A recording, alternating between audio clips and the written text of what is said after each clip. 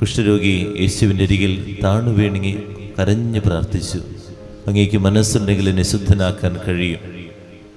കരുണ തോന്നി കണ്ണുനീരോടെ അവൻ്റെ കുഷ്ഠം കർത്താവ് മാറ്റിക്കൊടുത്തു. അതിനുശേഷം കർത്താവ് പറയുന്നൊരു കാര്യമുണ്ട്, നീ ഇതാരോടും പറയരുത്. ഒന്നും എക്സ്പെക്റ്റ് ചെയ്യാതെ നന്മ ചെയ്യുന്ന വ്യക്തികളായിട്ട് മാറാൻ എനിക്ക് പറ്റുന്നുണ്ടോ എന്നുള്ളത്.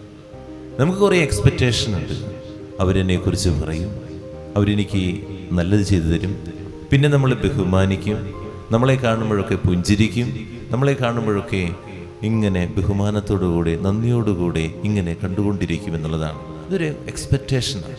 ഈ എക്സ്പെക്റ്റേഷൻ വെച്ചുകൊണ്ട് ആരും നന്മ ചെയ്യരുത് കേട്ടോ. യേശുവിൻ്റെ മനോഭാവം അതല്ല.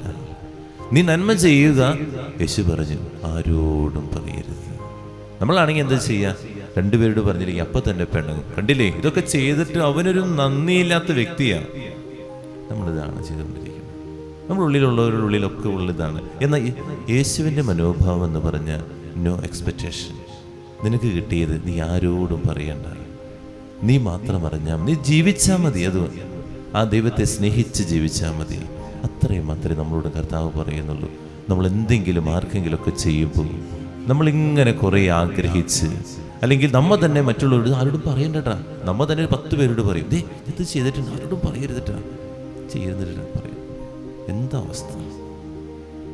പള്ളിയിൽ എന്തെങ്കിലുമൊക്കെ കൊണ്ട് കാര്യം വരുമ്പോഴേക്കും ആ വ്യക്തി പറയും, അച്ഛാ ആരോടും പറയണ്ടട്ടാ.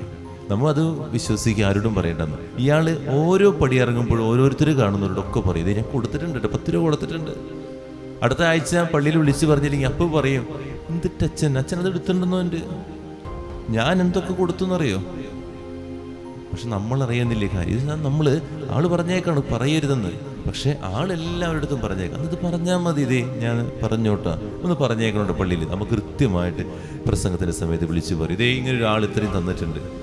എന്നാൽ സ്വഭാവം വേറെയും കാണിക്കുന്നതും വേറെ. ഇതാണ് നമ്മൾ കർത്താവ് പറയുന്നത്. ഇത്രയേ ഉള്ളൂ, എക്സ്പെക്റ്റേഷൻ ഇല്ലാതെ ചെയ്യാൻ പറ്റുമോ? അതാണ് യഥാർത്ഥ നന്മ.